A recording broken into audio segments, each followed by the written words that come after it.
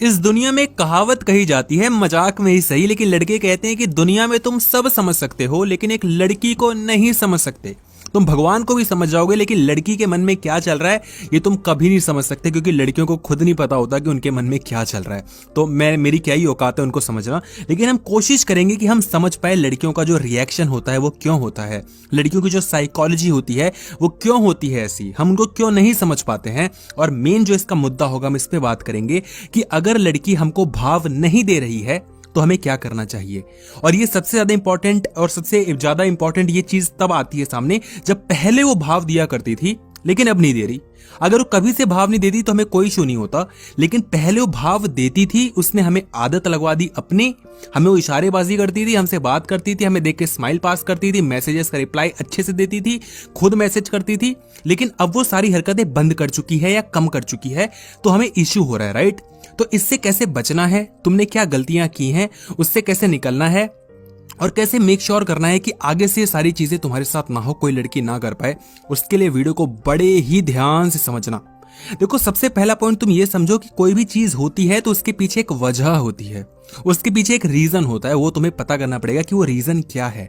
लड़की को किसी पागल कुत्ते ने नहीं काटा कि वो यूं ही हरकतें कर रही है, उसके पीछे वजह होगी और वो वजह कहीं ना कहीं तुम होगे। मैं ये मानने को बिल्कुल रेडी हूं कि हो सकता है कि लड़की को कोई और लड़का अच्छा मिल गया हो, तुमसे ज्यादा अच्छा मिल गया हो, जहां पर वो ज्यादा टेंशन दे रही है, लेकिन यहां पर भी गलती तुम्हारी ही होगी, क्योंकि कभी गलती लड़कियों की होती ही नहीं है। जीवन की सबसे बड़ी सीख लेके चलो कि जब तुम खुद की गलती देखना शुरू कर दोगे, लाइफ में सक्सेसफुल हो जाओगे, चाहे वो लड़की पटाना हो, चाहे पैसा कमाना हो, चाहे तुम्हें कुछ भी अचीव करना हो लाइफ में। खुद की गलती देखो, सामने वाला क्या कर रहा है हमें मतलब नहीं है। मैं लड़कियों की 10 गलतियां निकाल दूंगा लेकिन उससे हमें कुछ सीखने को नहीं मिलेगा।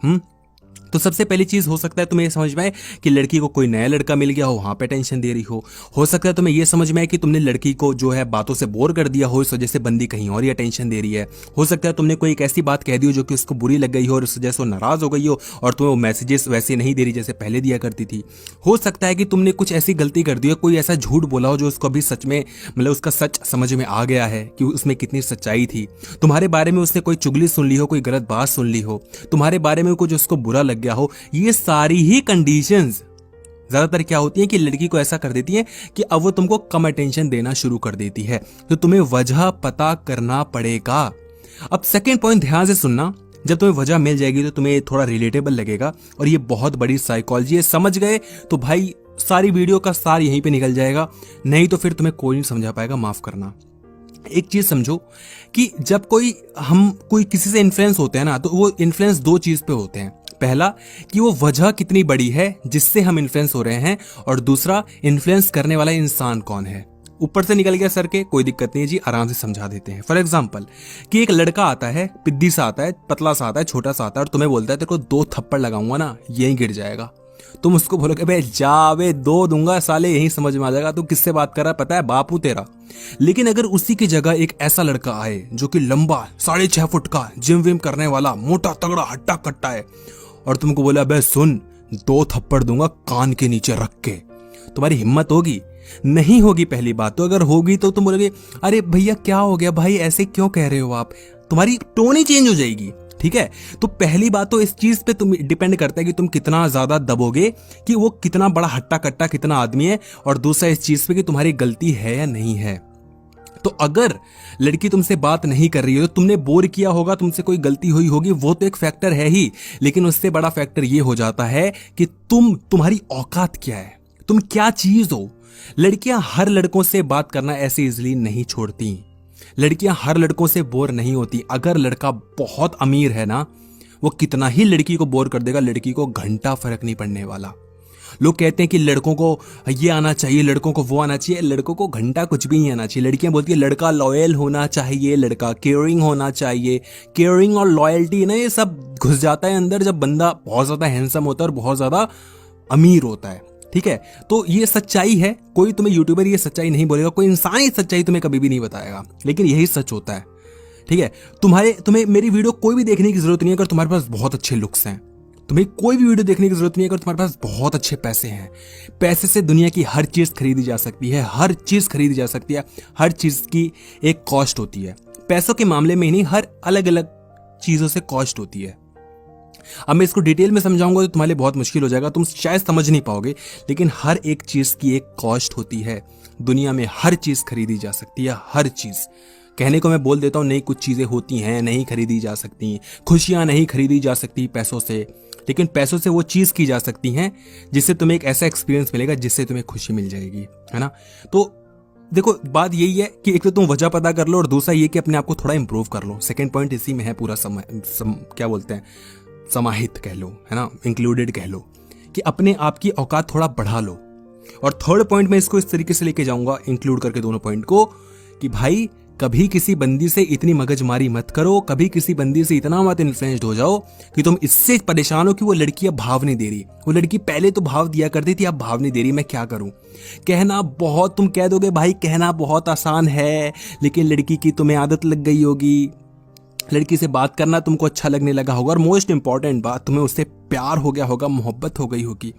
वो तुम्हारी गर्लफ्रेंड हो सकता है रही हो, वो हो सकता है उससे तुम्हें उम्मीदें दिखाई हो कि वो तुम्हारी बंदी बन जाएगी। ये सारी चीजें मैं सब समझने को तैयार हूं, लेकिन ये सारी चीजें अगर मैं कहूं बुलशिट है तो तुम क्या कहोगे।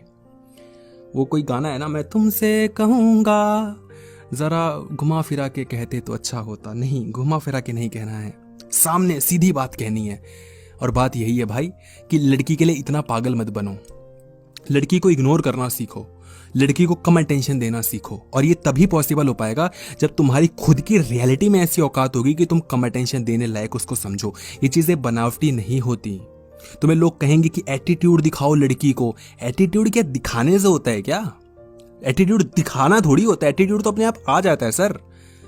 जब पैसा आ जाता है ना तो लोग बोलते हैं कॉन्फिडेंस लेकर आओ। ये सब ठीक है, कहने के लिए अच्छा होता है, हमने बहुत वीडियोस बनाई हैं कॉन्फिडेंस कैसे लाएं, एटीट्यूड कैसे लाएं।